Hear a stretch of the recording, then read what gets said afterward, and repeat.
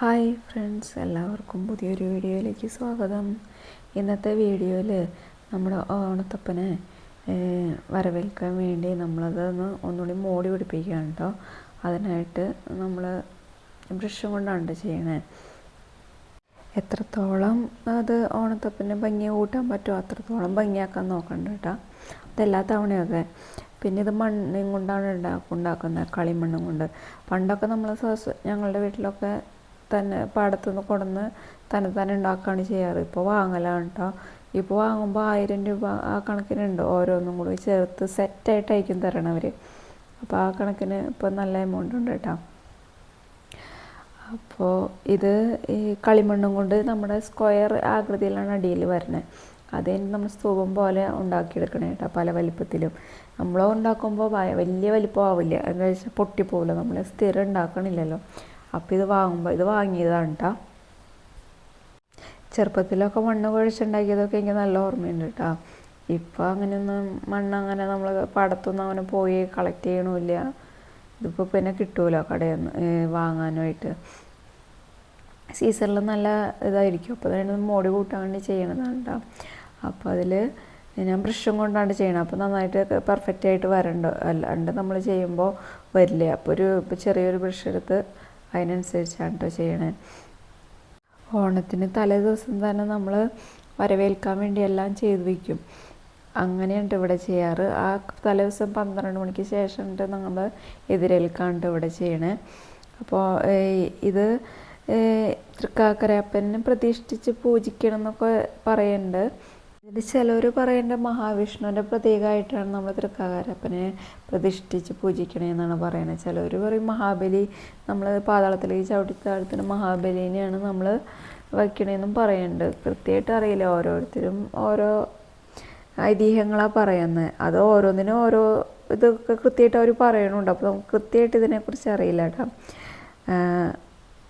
പിന്നെന്താ പറയുക, സെർച്ച് ചെയ്തു കേട്ടോ. അപ്പോൾ പലയിടത്തും ഇതുപോലെയൊക്കെ ഇത് തന്നെയാണ് ഏകദേശം എല്ലായിടത്തും പറയണം. പിന്നെ ചിലവർ പറയുന്നുണ്ട് ഈ തൃക്കാക്കരയിൽ ഉത്സവത്തിന് വരാത്തവർ വീടുകളിൽ ആഘോഷം നടത്തണമെന്ന ആ സമയത്തുള്ള കേരളത്തിലെ ചക്രവർത്തി പെരുമാൾ എന്നുള്ള ആളുടെ ആ രാജാവിൻ്റെ കൽപ്പനയ്ക്ക് അനുസരിച്ചാണ് നമ്മളിങ്ങനെ ചെയ്തിരുന്നതെന്നും പറയുന്നുണ്ട് കേട്ടോ.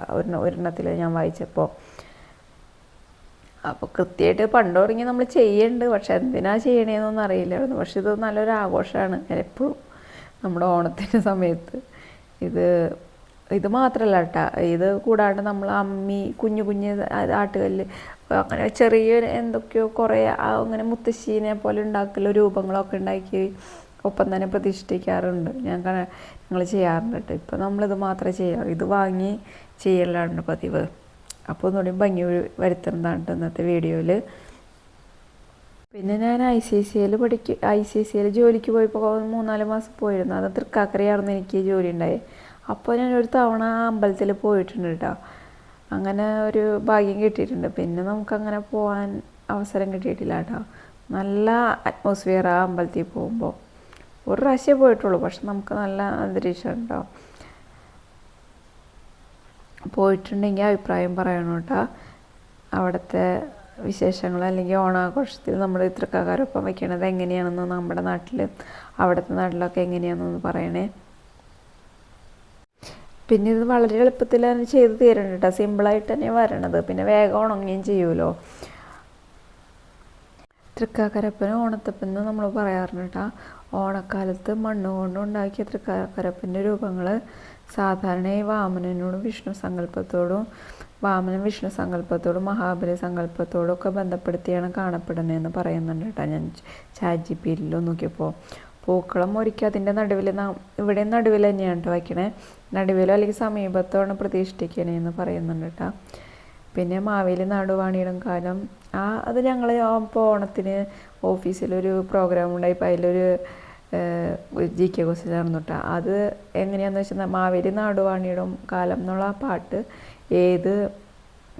അതിൻ്റെ എന്നിട്ടാ ഹെഡിങ് വന്നിട്ട് അതിൻ്റെ പേര് എന്നിട്ടാണ് ആ പാട്ടിൻ്റെ പേര്. ഇത് തന്നെയാണ് അതിൻ്റെ പേര്. അത് ഞാൻ അത്ഭുതമായിരുന്നു കേട്ടോ. പെട്ടെന്ന് നമ്മളൊക്കെ ഇങ്ങനെ ആലോചിച്ച് പിടിച്ചിരുന്നിട്ട് ചേട്ടന് അതിൻ്റെ ഉത്തരം പറഞ്ഞപ്പോൾ നമുക്ക് ഇതാണ് ഉത്തരം എന്ന് വിചാരിച്ചു. ഓണാഘോഷവും ഓഫീസിൽ നല്ല നന്നായി. ഈ പ്രാവശ്യം നല്ല എത്ര 8 കൊല്ലമായിട്ട് ജോലിക്ക് കയറിയിട്ട് ആദ്യമായിട്ടാണ് ഇത്രയും നല്ലൊരു ഓണാഘോഷം ഞങ്ങൾ ആഘോഷിച്ചിട്ട്. അത്ര കണ്ട് നന്നായിട്ട് ആഘോഷിച്ചു. ഇപ്പോൾ പുതിയ കുട്ടികൾ വന്നപ്പോൾ തിരുവാതിര കളിക്കാനും ആളുകളായി. അപ്പോൾ തിരുവാതിര കളിച്ച് ആ ചെറിയ ചെറിയ പ്രോഗ്രാമൊക്കെ ആയിട്ട് അതിലൊരു കുട്ടിക്ക് നല്ലൊരു ഇത് ഭയങ്കര ഉത്സാഹം ഉണ്ടാവുന്നു കേട്ടോ. ആളെന്നെ നിർബന്ധിച്ച് ഒക്കെ ചെയ്യാനൊക്കെ വലിയ താല്പര്യം കാണിച്ച് ആൾ തന്നെയാണ് കേട്ടോ എല്ലാവരും മുൻകൈ എടുത്ത് ഓരോന്നും നമ്മളോട് അത് ചെയ്യണം ഇത് ചെയ്യണം എന്നൊക്കെ പറഞ്ഞ് ചെയ്തത്. അപ്പോൾ ആ കുട്ടിക്കാണ് ഫുൾ ക്രെഡിറ്റ് കൊടുക്കണ്ടേ ഇതുപോലെ ഒരു പ്രോഗ്രാം. പിന്നെ എല്ലാവർക്കും ഒരു ആഗ്രഹം ഉണ്ടായിരുന്നു. പിന്നെ എല്ലാവരും അങ്ങോട്ട് ഇറങ്ങി നന്നായിരുന്നു കേട്ടോ. അതിൻ്റെ വീഡിയോകൾ ഇടാൻ പറ്റുകയാണെങ്കിൽ ഇടാം കേട്ടോ. പിന്നെ തൃക്കാക്കരപ്പൻ്റെ ഐതിഹ്യം എന്ന് പറഞ്ഞാൽ പുരാണ കഥയനുസരിച്ച് മഹാബലി ചക്രവർത്തി കേരളം ഭരിച്ചിരുന്ന കാലത്തില്ലേ ജനങ്ങൾ നല്ല സന്തോഷത്തോടെ സമൃദ്ധിയോടെയൊക്കെ കഴിഞ്ഞിരുന്നേന്ന്. അപ്പോൾ ആ സമയത്ത് മഹാബലിയുടെ പ്രശസ്തിയും ജനപ്രീതിയും ഭയങ്കരമായിട്ട് വർദ്ധിച്ചപ്പോൾ നമ്മുടെ ദേവന്മാർക്ക് അസൂയുണ്ടായിരുന്നു. അവർക്ക് ഭയങ്കര ആശങ്ക. എല്ലാവരും മഹാബലിയുടെ അടുത്ത് ഒരു അസുരനാണല്ലോ, ആളുടെ അടുത്ത് ഇങ്ങനെ ഭയങ്കരമായിട്ട് ഇങ്ങനെ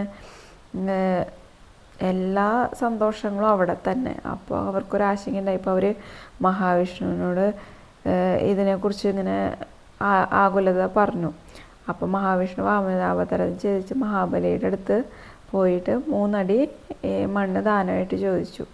ഇത് കഥയുടെ ഇതുപോലത്തെ ഭാഗങ്ങൾ അറിയാം. പക്ഷെ നമ്മളിങ്ങനെ തൃക്കാക്കരപ്പുര വയ്ക്കുന്നത് എന്തുകൊണ്ടാണ് അതെന്താണെന്നൊന്നും കൃത്യമായിട്ട് അറിയാമെന്ന് വെച്ചാൽ നമുക്ക് അറിഞ്ഞത് പെട്ടെന്ന് മറക്കുക എന്തോ. ഇതൊക്കെ നമുക്കറിയെങ്കിലും ഇതിൻ്റെ ആഴത്തിൽ അങ്ങനെ അറിഞ്ഞിട്ടില്ല കേട്ടോ. അപ്പോഴാണ് ഞാൻ ഒന്നുകൂടി നോക്കിയത് ഇത് ചെയ്തുകൊണ്ടിരിക്കുമ്പോൾ.